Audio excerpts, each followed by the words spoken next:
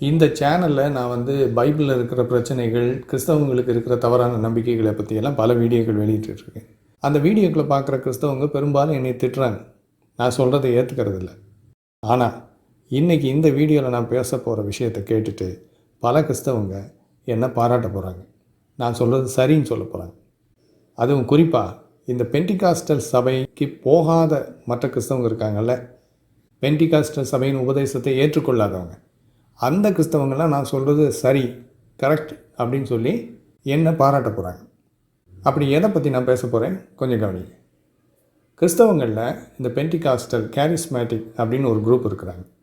அவங்க பரிசுத்த ஆவியின் அபிஷேகத்தை அவர்கள் பெற்றிருக்கிறார்கள் அப்படின்னு சொல்கிறாங்க. அதாவது இயேசு கிறிஸ்துவை விசுவாசித்ததற்கு பிறகு, ரட்சிக்கப்பட்டதற்கு பிறகு பரிசுத்த ஆவியின் அபிஷேகம்னு ஒன்று ஸ்பெஷலாக இருக்குது, அதை நாங்கள் கேட்டு பெற்றிருக்கிறோம் கடவுள்கிட்ட இருந்து அப்படின்னு.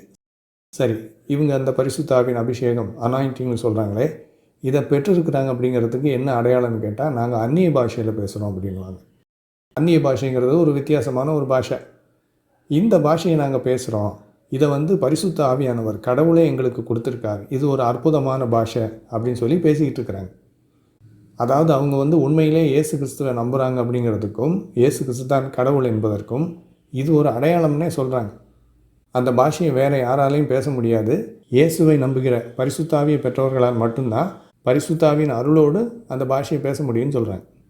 சரி, இப்போ பிரச்சனை என்னென்னா, பரிசுத்தாவின் அபிஷேகத்தை உடையவர்கள், பரிசுத்த ஆவியை உடையவர்கள் மட்டும்தான் அந்த பாஷையை பேச முடியும் அப்படிங்கிறது கிறிஸ்தவனுடைய நம்பிக்கை. அப்படின்னா இயேசு கிறிஸ்துவை நம்பாதவங்க அந்த பாஷையை பேச முடியாது இல்லையா? ஆனால் வேடிக்கை என்னென்னா, நான் பேசுகிறேன், கிறிஸ்தவங்க இன்றைக்கி அந்நிய பாஷைன்னு ஒரு பாஷையை பேசிகிட்டு இருக்கிறாங்களே, அதை நான் பேசுகிறேன். நான் ஒரு காலத்தில் கிறிஸ்தவனாக இருந்தவன். அப்போ நான் அந்த பாஷையில் பேசிக்கிட்டு இருந்தது ஆச்சரியம் கிடையாது. ஏன்னா அப்போ நான் இயேசுவை விசுவாசித்தேன், பரிசுத்த ஆவியின் அபிஷேகத்தை நான் பெற்றிருந்தேன், எனக்குள்ள பரிசுத்த ஆவியானவர் கடவுளே இருந்தார், அவர் என்னை அற்புதமாக பேச வச்சார் அப்படின்னு சொல்லலாம். ஆனால் இன்றைக்கி பேசுகிறேன்னா எப்படி பேச முடியும்? ஏன்னா நான் இயேசுவை கடவுள் இல்லைன்னு சொல்லிவிட்டு வெளியில் வந்துட்டேன், கிறிஸ்தவத்தை விட்டு வெளியில் வந்தாச்சு. இயேசுவை கடவுள் இல்லைன்னு சொல்கிற ஒருத்தருக்குள்ளே பரிசுத்த ஆவியானவர் இருக்க முடியாது, இதை பைபிளே சொல்லுது. அப்போ எனக்குள்ளே பரிசுத்த ஆவியானவர் இருக்கிறதுக்கு வாய்ப்பில்லை.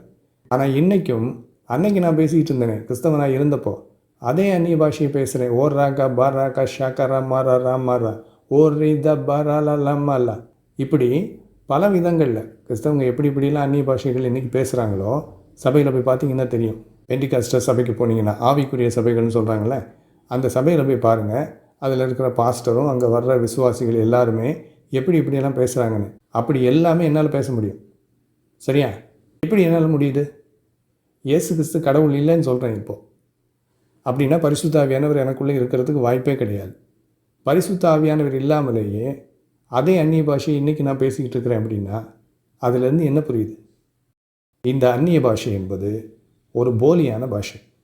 உண்மையிலேயே இவங்க பேசுகிறது கடவுளின் அருளால் பேசுகின்ற ஒரு பாஷை, அது ஒரு அற்புதமான பாஷைனா என்னால் இன்றைக்கி அந்த பாஷையை பேச முடியாமல் இருக்கும். ஆனால் இன்றைக்கி அதே பாஷையை பேசிகிட்டு இருக்கேன். ஓகே, இப்போ இதை சொல்லும்போது சில கிறிஸ்தவங்க என்ன பதில் சொன்னாங்க தெரியுமா எனக்கு? அதாவது அன்னைக்கு நான் பேசிக்கிட்டு இருந்த அதே அந்நிய பாஷையை, கிறிஸ்தவனாக இருந்தப்போ பேசின அதே அந்நிய பாஷையை கிறிஸ்தவத்தை விட்டு வெளியில் வந்ததுக்கு அப்புறமும், இயேசு கிறிஸ்து கடவுள் இல்லைன்னு சொன்னதுக்கு அப்புறமும் இன்றைக்கி நான் பேசுகிறேனே அப்படின்னு சொல்லும்போது, இந்த கிறிஸ்தவங்க என்கிட்ட என்ன சொல்கிறாங்கன்னா, நீங்கள் பேசிக்கிட்டு இருக்கிறது உண்மையான அந்நிய பாஷை கிடையாது, இது ஒரு போலி பாஷைங்கிறாங்க. அப்போ இவங்க முதல்ல என்ன ஒத்துக்கிறாங்க? போலியான அந்நிய பாஷைன்னு ஒன்று இருக்குங்கிறத ஒத்துக்கிறாங்க. சரி, அப்படின்னா இந்த போலியான அந்நிய பாஷைக்கும் இவங்க பேசிகிட்டு இருக்கிறாங்களே உண்மையான அந்நிய பாஷைன்னு சொல்லி தானே இவங்க பேசுகிறாங்க, இதுக்கு என்ன வித்தியாசம்? ஒரு வித்தியாசமும் கிடையாது. நான் பேசி காமிச்சேன்ல, இதைத்தான் இவங்க சபைகளில் பேசிக்கிட்டு இருக்கிறாங்க. அதுவும் நானாவது விதவிதமாக பேசுவேன். இவங்க சில பேர் பேசுகிறது எப்படி இருக்குன்னு தெரியுமா? பாபா பாபா பாபா பாபான்னு 5 நிமிஷத்துக்கு அப்படியே பாபான்னு மட்டும் சொல்லிக்கிட்டு இருப்பாங்க. ஆவியிலே நிரம்பி சகோதரர் அந்நிய பாஷையிலே பேசுகிறார் அப்படின்னு சொல்லி அவரை பாராட்டிக்கிட்டு இருப்பாங்க எல்லாரும். வெறும் பான்ற ஒரு எழுத்தை திரும்ப திரும்ப சொல்கிறதே உண்மையான அந்நிய பாஷைன்னுவாங்க இவங்க. அப்படி இருக்கும்போது நான் பேசுகிறது போலியான பாஷைன்னு இவங்க எப்படி சொல்கிறாங்க? சொல்ல முடியாது. இவங்க பேசுகிறத விட மிக அற்புதமாக நான் பேசுகிறேன். எப்படி என்னால் பேச முடியுது? பரிசுத்த ஆவியே இல்லாத என்னால், இயேசுவை நம்பாத என்னால் எப்படி பேச முடியுது?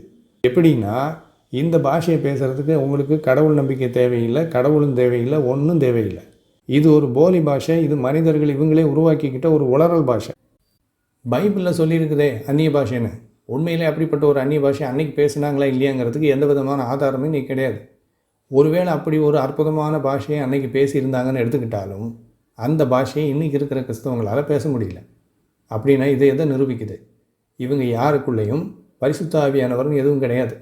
இவங்க நம்புகிற இயேசு இன்றைக்கும் ஜீவிக்கிறார், அற்புதங்கள் செய்கிறாருன்னு சொல்கிறாங்களே, அதுவும் உண்மை இல்லை. ஏன்னா பைபிளில் சொல்லப்பட்டிருக்கிற அந்த அற்புத பாஷையை இவங்களால இன்றைக்கி பேச முடியல. நான் பேசுகிற அதே உளறல் பாஷையை தான் இவங்க அற்புதமான அந்நிய பாஷைன்னு பேசிகிட்டு இருக்கிறாங்க இன்றைக்கி.